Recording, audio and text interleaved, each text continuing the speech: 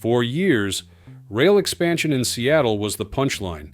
Delays piled up, budgets blew apart, and opening dates slipped further away.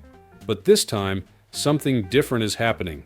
The Seattle train expansion just dropped a major announcement that even skeptics didn't see coming. Could this finally be the moment Seattle Rail gets back on track?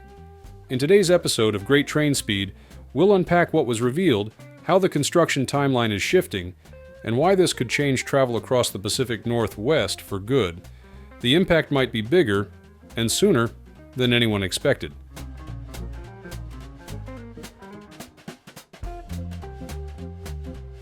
By 2024, Sound Transit's Link Light Rail had grown into far more than a commute option. It was reshaping how the Seattle region connects and develops.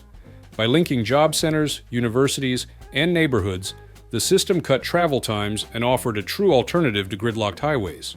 Businesses near stations began seeing stronger foot traffic, property values climbed along the corridor, and local governments started adjusting land use plans to support denser, walkable communities.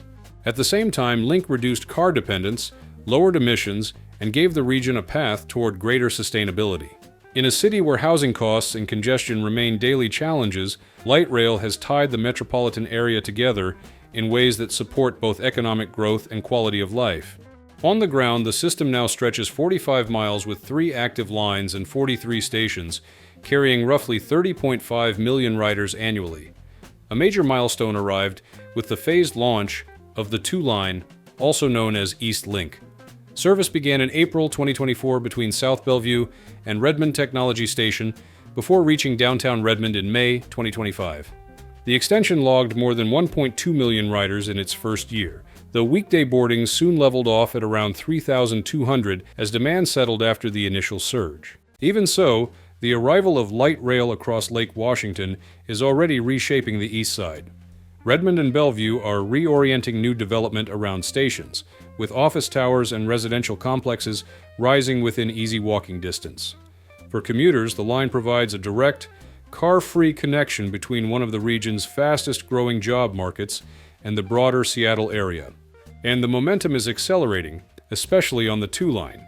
Since its full opening to downtown Redmond in May 2025, the corridor has emerged as one of Sound Transit's most striking success stories.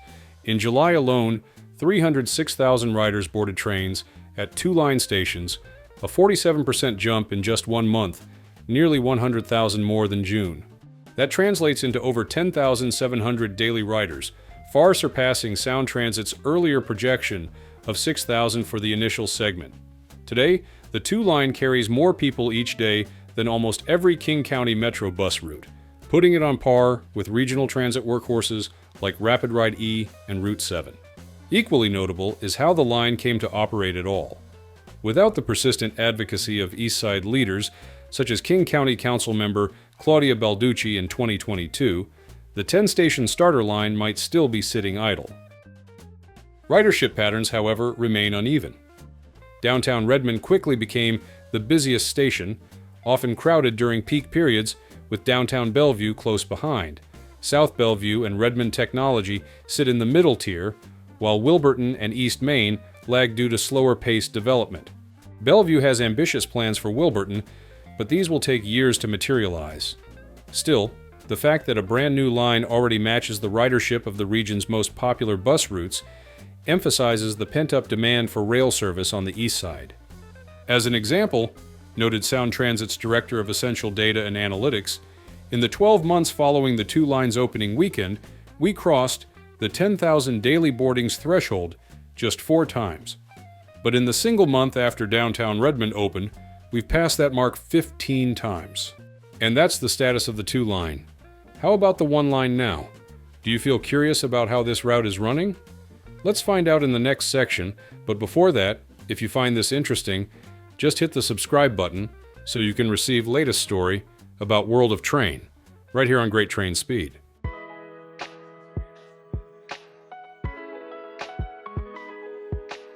While the 2 line has captured headlines with its long-awaited debut, the 1 line continues to prove why it remains the backbone of Seattle's light rail network.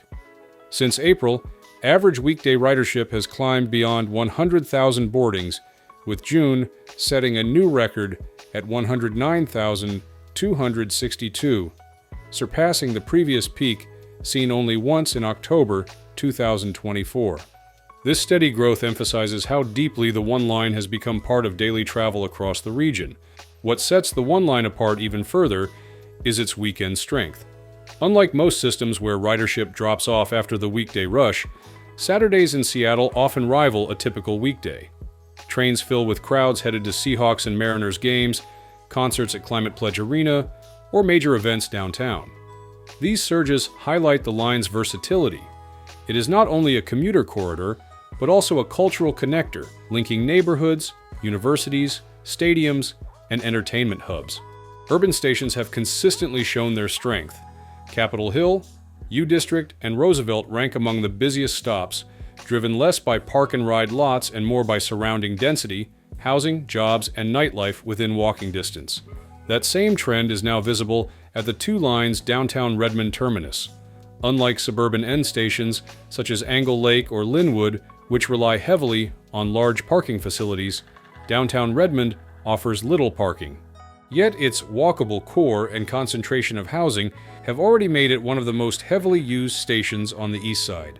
As Sound Transit's Raj Cheriel noted, terminus stations tend to be among the highest ridership stations for any line.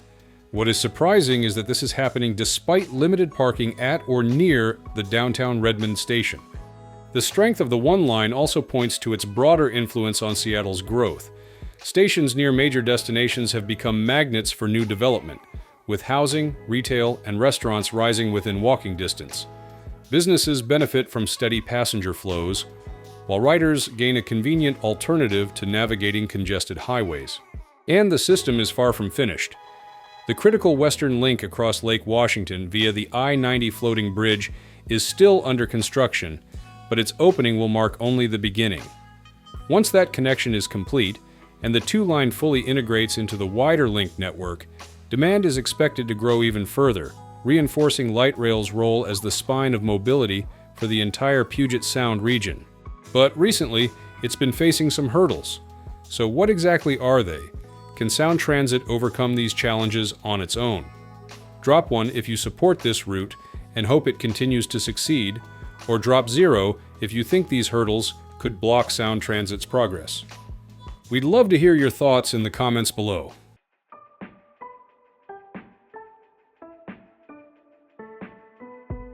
While the floating bridge often dominates headlines, where crews are preparing for critical live-wire testing to link Seattle with the east side, the challenges don't end there.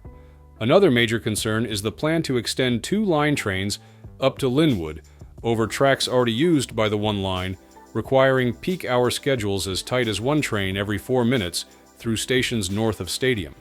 Compounding the difficulty are long-standing constraints in the downtown Seattle Transit Tunnel, along with design choices made during earlier phases of both the first and second lines. A spring report by the engineering firm HNTB warned that consistently delivering promised frequencies will be difficult as the system expands. With trains from both Federal Way and Redmond set to merge onto the same corridor, disruptions are likely to become more frequent. The Link Light Rail has already reshaped mobility between Seattle and the east side, but with ridership at record highs, new extensions under construction, and operational hurdles ahead, the next few years will test whether Sound Transit can turn momentum into lasting reliability. Will the system rise to the challenge or stumble under the weight of its own growth? And that brings today's journey to a close. Thanks for riding along. Don't forget to subscribe for more stories and updates. Until next time, stay safe, ride smooth, and keep your curiosity on track.